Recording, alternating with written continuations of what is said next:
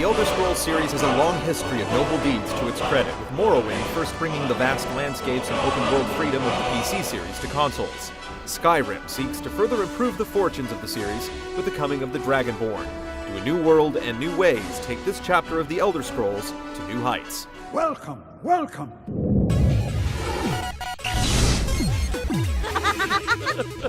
What village are you from, horse thief? Why do you care?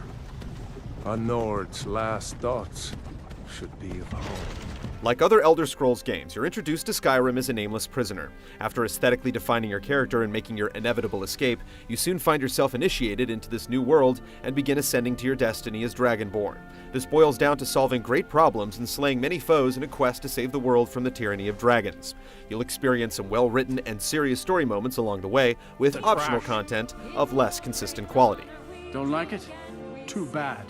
The setting mixes a strong Nordic flavor with conventional fantasy fare of elves and orcs. The central theme of learning the powerful language of dragons everyone assumed were myths enhances the game's sense of mystery and discovery, and Skyrim's interesting and unfamiliar overall culture incorporates everything from Viking-esque warriors to lizard people and 3 distinct types of elves without turning into a complete mishmash of genre tropes.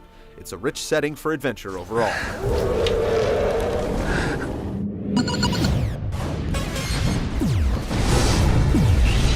Stand between us and prepare yourself.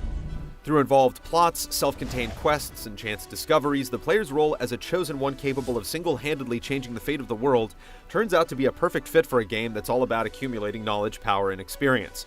The physical expanse of Skyrim is huge, and it's impossible to move in any one direction for too long without finding something to interact with in some way. Very often, something will find you. The dragons that patrol the skies and swoop down to attack towns and wildlife are a well-considered random element that provides memorable battles, serves as a constant reminder of your main quest, and offers substantial rewards in the form of dragon souls you can use to unlock words of power hidden in the world, which are in turn another strong incentive to explore and seek out quests. The world is full of potential. There's sights to see, guilds to join, and it feels as though there's an almost inexhaustible supply of heroic deeds that need doing. Simply talking to people at random is sufficient to keep your quest log filled with options. The ability to quickly travel to destinations you visited by clicking on your map trivializes the journey to a degree, but it gives you the extremely useful power to get from one place to another in order to effectively complete quests and claim your due reward. Kill him and claim the skull for your own. Each city has its own character and manages to feel fairly large and busy without being too difficult to navigate. Various dungeons, towers, and fortresses also show plenty of variety and are constructed with paths that rarely feel straightforward or predictable, with the exception of reoccurring symbol-matching puzzles and a guaranteed exit that conveniently leads back to the outside world when you've cleared an area out. You'll often find things that simply look a lot more real than they feel in this well-wrought world. With a nearly unrestrained ability to freely move around and manipulate objects, your scope of action simply goes far beyond what the game world is capable of responding to. Because it's so easy to behave in bizarre ways, it may be tempting to break your immersion. It also feels somewhat disturbing that the bandits, who seem to outnumber the honest citizens in Skyrim, look and sound as real as the characters that give you the quests to kill them, but essentially function as monsters that can't be dissuaded or reasoned with.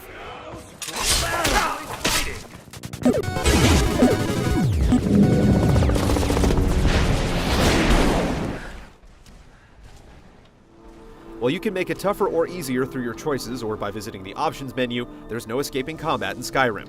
You'll need to aim your chosen implement of doom at whatever you're trying to slay, but success in combat often depends more on statistics than finesse. Enemies pursue you relentlessly, and your character's limited mobility makes it tough to avoid damage, so when conflict arises, you need to get them before they get you. It's the drive to improve your character that really carries you through the game. You start as something close to a blank slate, and there are no real limitations placed on you as to what skills you can develop. You learn by doing in Skyrim, meaning you pick pockets to get better at picking pockets, and hack monsters to get better at hacking monsters. Each level you gain lets you improve your basic attributes, and you're awarded a skill point to place into constellations representing your various disciplines. These perks quickly go from useful to extremely powerful as you move up each skill tree, and as long as you put the point somewhere, you'll become better equipped to deal with the world around you. Everything you do powers you up in some way, and the game essentially gives you the ability to do so any way you want. The sheer breadth of tools at your disposal is empowering indeed, but it comes at the cost of a cramped control pad. Be prepared to pause frequently and make heavy use of the favorites menu. The point-and-shoot archery and magic feel fairly engaging, but despite the addition of shield bashing and finishing moves, the swordplay isn't quite on par with that of a good action game. There's also very little variation in how different opponents behave, and enemies very rarely require a specific strategy, so combat only remains fresh and interesting if you vary your approach.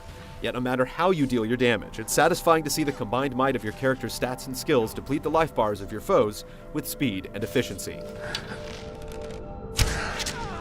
While you as a player are greatly empowered in the world of Skyrim, there are some things you can't control. As is the case with many open-world games, you're likely to encounter glitches and bugs. Just in case, you should probably adhere to the PC practice of keeping multiple save files.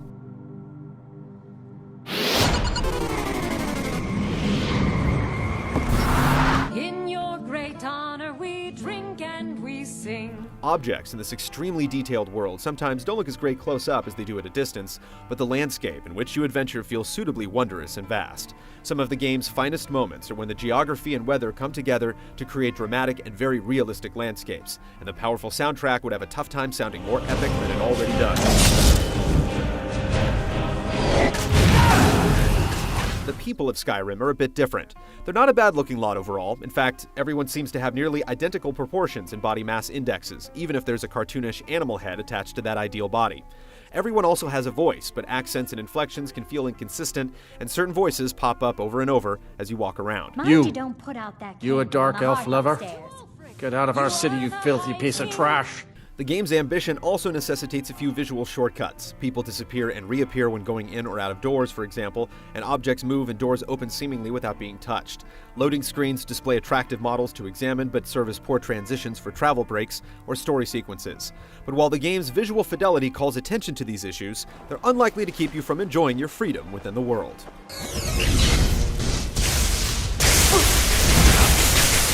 The Elder Scrolls Skyrim is extremely ambitious, and at its core, extremely successful. While it overreaches in certain areas, it has much to offer in terms of freedom and volume of content. When you look back at the experience, it's not the rough spots that'll stand out, but the broad, heroic feeling of being the powerful and change-affecting center of a richly constructed world.